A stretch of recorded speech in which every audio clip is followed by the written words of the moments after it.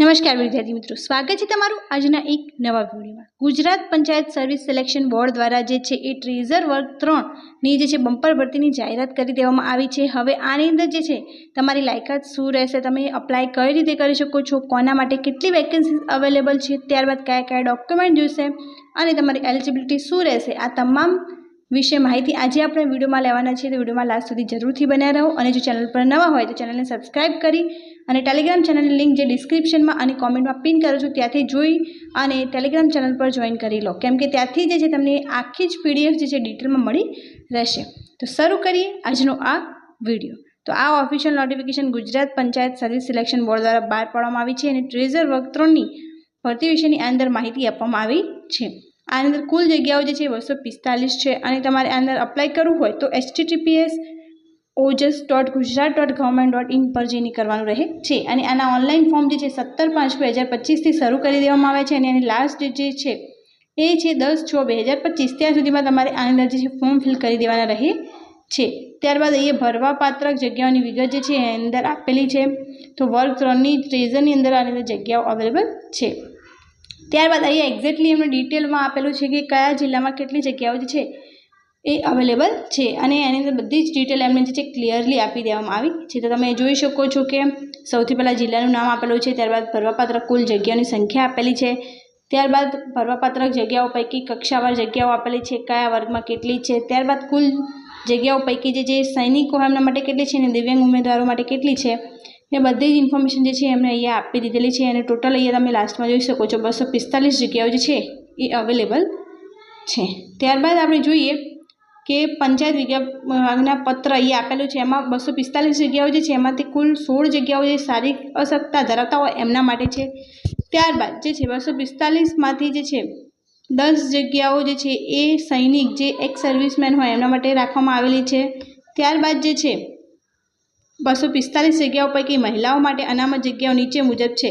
તો મહિલાઓ માટે સ્પેસિફિક અનામત માટે જે છે એ જગ્યાઓ આપવામાં આવેલી છે। તો સામાન્ય વર્ગની મહિલા માટે અનામત જગ્યાઓ 43 છે, આર્થિક રીતે નબળા વર્ગની EWSની જે મહિલાઓ હોય એમના માટે 1 જગ્યા અવેલેબલ છે અને આ જે છે એ અનામત આપવામાં આવી છે, મીન્સ આટલી જગ્યાઓમાં તો મહિલાઓ જ આવશે, પરંતુ જે બાકીની જે જગ્યાઓ છે એમાં મેરિટના બેઝ પર હશે, એમાં મેન અને વુમન બંનેને મોકો આપવામાં આવશે।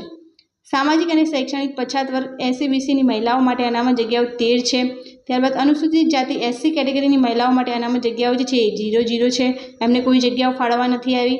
અનુસૂચિત જનજાતિ જે ST કેટેગરીની મહિલાઓ છે એમના માટે 4 જગ્યાઓ અનામત રાખવામાં આવેલી છે। ત્યારબાદ અહીંયા એમની સામાન્ય સૂચનાઓ જે છે બધી જ અહીંયા એમને ઇન્ફોર્મેશન આપવામાં આવેલી છે। લાયકાત અને સ્પર્ધાત્મક પરીક્ષા કઈ રીતે રહેશે, OMR પદ્ધતિ રહેવાની છે એની પણ એમને અહીંયા ઇન્ફોર્મેશન આપી છે। ત્યારબાદ એમને ડિટેલમાં આપેલી છે અને આ PDF જે છે ટેલિગ્રામ ચેનલમાં મૂકવામાં આવશે, તો ટેલિગ્રામ ચેનલ જરૂરથી જોઈન કરી લેજો, જેની લિંક ડિસ્ક્રિપ્શન અને કોમેન્ટની અંદર આપેલી છે। ત્યારબાદ પરીક્ષા ફી કેટલી રહેવાની છે, તો ફોર્મ ભરતી વખતે જનરલ કેટેગરી સિલેક્ટ કરી હોય તો ઉમેદવારોએ પરીક્ષા ફી ભરવાની રહે છે। આ નીચે મુજબની કેટેગરીના ઉમેદવારોએ કોઈપણ પ્રકારની ફી ભરવાની રહેશે નહીં। જે અનુસૂચિત જાતિના છે, અનુસૂચિત જનજાતિના છે, સામાજિક અને શૈક્ષણિક રીતે પછાત વર્ગના છે, આર્થિક રીતે નબળા વર્ગના ઉમેદવારો છે એમને કોઈ ફી ભરવાની રહેતી નથી, અથવા માજી સૈનિક એટલે એક્સ સર્વિસમેન છે અને PWD છે એમને કોઈ ફી ભરવાની રહેતી નથી અને સામાન્ય વર્ગ જેમને સિલેક્ટ કર્યું હોય એમની જે છે એ ફી પે કરવાની રહે છે। એમાં એમની SBI e-Payના માધ્યમથી પરીક્ષા ફી ભરવાની રહે છે, જેની પણ અહીંયા એમને એક્ઝેક્ટ ડિટેલ આપેલી છે। તો તમે આ પ્રકારની પ્રોસેસ ફોલો કરી અને આ ફી જે છે એ 500 રૂપિયા ફી ભરવાની રહે છે, એ ભરી દેવાની રહે છે। ત્યારબાદ વય મર્યાદા અને શૈક્ષણિક લાયકાત શું હોવી જોઈએ, તો પંચાયત ગ્રામ ગૃહ નિર્માણ અને ગ્રામ વિકાસ વિભાગના જાહેરાત ક્રમાંક, અહીંયા જાહેરાત ક્રમાંક આપેલો છે 22/4/2025થી આ સંવર્ગ માટે વય મર્યાદા અને શૈક્ષણિક લાયકાત નીચે મુજબ નક્કી કરવામાં આવેલ છે।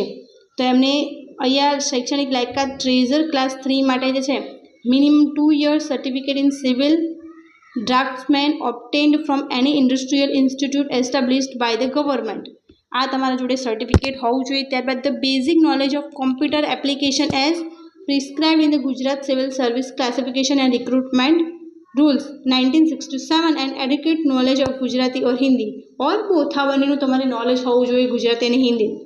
Not be more than 33 years of એજ, 33 વર્ષ કરતાં તમારી વય મર્યાદા જે છે એ વધારે હોવી જોઈએ નહીં। ત્યારબાદ એમને બધી જ ડિટેલ્સમાં આપેલું છે, તમે આ ડિટેલ્સ જે છે એ ચેક એક્ઝેક્ટલી કરી શકો છો કે તમારે કઈ રીતે અંદર અપ્લાય કરવાનું રહે છે, કેમ કે આપણે વિડીયોમાં જે છે બધી જ ઇન્ફોર્મેશન જે છે એ ઇન્ક્લુડ નથી કરી શકતા, પરંતુ તમે જે છે તમારા પ્રમાણે જોઈ શકો છો. ત્યારબાદ વિધવા ઉમેદવારો માટે પણ એમને અલગથી ઇન્ફોર્મેશન આપવામાં આવેલી છે. ત્યારબાદ માજી સૈનિક એક્સ સર્વિસમેન માટે પણ અલગથી બધી કેટેગરીઝ અથવા તો એમના માટે અલગ ઇન્ફોર્મેશન આપવામાં આવી છે. ત્યારબાદ જે છે શારીરિક અશક્તતા ધરાવતા હોય એમને શું રૂલ્સ લાગુ પડશે એની પણ અલગથી ઇન્ફોર્મેશન જે છે એ આપવામાં આવી છે. ત્યારબાદ તમારી દિવ્યાંગતા કઈ છે એની પણ એમને ઇન્ફોર્મેશન આપેલી છે. એ પ્રમાણે અનામતની જગ્યાઓ દિવ્યાંગતા પ્રમાણે પણ અંદર આપવામાં આવેલી છે. ત્યારબાદ તમે એ જોઈ શકો છો કે એમને બધી જ ડિટેલ છે એ સ્ટેપ બાય સ્ટેપ આપેલી છે. તો હવે આપણે જે છે અનુસૂચિત જાતિ અને અનુસૂચિત જનજાતિ, સામાજિક શૈક્ષણિક પછાત વર્ગના અને આર્થિક રીતે નબળા હોય ઉમેદવારો માટે સામાન્ય જોગવાઈઓ, બધા માટે સામાન્ય અલગ અલગ જોગવાઈઓ કરવામાં આવેલી છે. તો સામાજિક અને શૈક્ષણિક પછાત વર્ગના ઉમેદવારો માટે આવી રીતે બધાની અલગ અલગ ઇન્ફોર્મેશન આની અંદર આપવામાં આવી દીધી છે. ત્યારબાદ હવે આપણે આગળની પ્રોસેસ શું રહેવાની છે એ પણ જોઈ લઈએ. એક ઉમેદવારો એક જ અરજી કરવાની રહે છે.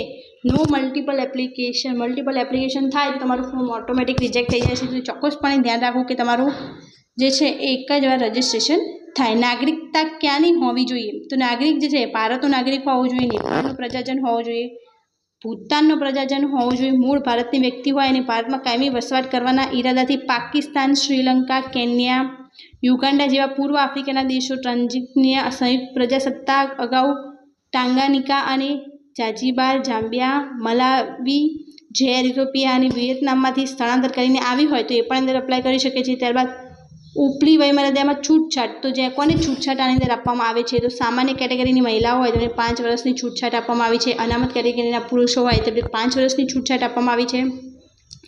અનામત કેટેગરીની મહિલા ઉમેદવારો હોય તેમને 5+5 એટલે 10 વર્ષની છૂટછાટ આપવામાં આવી છે. સામાન્ય કેટેગરીના શારીરિક અશક્તતા ધરાવતા ઉમેદવારો હોય પુરુષ તો એમને 10 વર્ષની છૂટછાટ આપવામાં આવી છે. ત્યારબાદ જે છે સામાન્ય કેટેગરીના શારીરિક અશક્તતા ધરાવતી મહિલાઓ હોય તેમને 15 વર્ષની છૂટછાટ આપવામાં આવી છે. અનામત કેટેગરીના શારીરિક અશક્તતા ધરાવતા ઉમેદવારો હોય તેમને 15 વર્ષની છૂટછાટ આપવામાં આવી છે. અનામત કેટેગરીના શારીરિક અશક્તતા ધરાવતા મહિલા ઉમેદવાર હોય તેમને 20 વર્ષની છૂટછાટ આપવામાં આવી છે. અને માજી સૈનિક ઉમેદવારો હોય તો સંરક્ષણ સેવામાં બજાવેલ સેવા +3 યર એટલી એમને છૂટછાટ આપવામાં આવે છે. તો આમને જે લાયકાત છે એ અંદર છૂટછાટ આપવામાં આવે છે.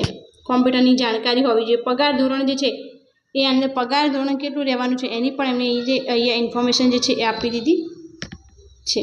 તો પગાર ધોરણ તમારું 26,000થી જે છે એ પ્રતિ માસ શરૂ થઈ જવાનું છે અને ફિક્સ પગારથી આ એમની અંદર નિમણૂક થવાની છે. ત્યારબાદ એમની જે છે અરજી કરવાની તથા અરજીની ફી ભરવાની રીત અહીંયા એમને આખી જ પ્રોસેસ આપેલી છે કે તમારે કઈ રીતે આ અંદર અરજી કરવાની રહે છે. તો તમારે આ વેબસાઇટ ઓજસની જે છે ત્યાં જઈને આ ફોર્મ ફિલ કરવાનું રહે છે અને ફી કઈ રીતે ભરવી એની પણ એમની ઇન્ફોર્મેશન જે છે એ આની અંદર આપી દીધેલી છે. લેખિત સ્પર્ધાત્મક પરીક્ષા પદ્ધતિ અને પસંદગી પ્રક્રિયાની પણ એમની ડિટેલ્સમાં અહીંયા ઇન્ફોર્મેશન આપી દીધી છે. તમે આ ચોક્કસથી જોઈને કરી શકો છો. અને અહીંયા તમે જોઈ શકો છો સિલેબસ કેવી રીતે રહેવાનો છે. જનરલ અવેરનેસ અને જનરલ નોલેજ 35 માર્ક્સનું, ગુજરાતી ગ્રામર 20 માર્ક્સનું, ઇંગ્લિશ લેંગ્વેજ એન્ડ ગ્રામર 20 માર્ક્સનું, general mathematics, reasoning and data interpretation જે છે 25 માર્ક્સનું, question assessing the requisite knowledge for the job and testimonial knowledge with regard to the educational qualification જે છે એ 100 માર્ક્સનું રહેવાનું છે. આમ ટોટલ 200 માર્ક્સની એક્ઝામ રહેવાની છે અને તમને 3 કલાકનો ટાઈમ જે છે એ આપવામાં આવશે. અહીં તમે બધી જ જે સ્ટેપ બાય સ્ટેપ જોઈ શકો છો. એમને બધી જ ઇન્ફોર્મેશન જે છે અહીંયા આપી દીધી છે. અહીંયા અગત્યની અલગ ઇન્ફોર્મેશન પણ એમને પ્રોવાઈડ કરી દીધી છે. તમારે gssb.gujarat.government.in પર પણ જઈને જોઈ શકો છો અને ઓજસની જે વેબસાઇટ છે ત્યાં જઈને પણ જોઈ શકો છો. અને આ એક્ઝામ મેનલી જે છે OMR પદ્ધતિથી રહેવાની છે. તો આ ઇન્ફોર્મેશન જે છે એ બધાને શેર કરો કે OMRથી રહેવાની છે. અને પરીક્ષા પદ્ધતિની પણ આપણે વાત કરી લીધી કે પરીક્ષા પદ્ધતિ કઈ રીતે રહેવાની છે. અને આની તમારી ગુજરાતીની અંદર તમને પેપર આવી શકે છે. ખાલી જે એક પેપર જે છે ઇંગ્લિશ લેંગ્વેજ ગ્રામર એ તમારે ઇંગ્લિશની અંદર આપવાનું રહે છે. તો આ વિડીયોની વધુ તો શેર કરો જેથી જેમને આની ઇન્ફોર્મેશન જોતી હોય એમને આની તમામ ઇન્ફોર્મેશન જે છે એ મળી રહે. Thank you so much for watching.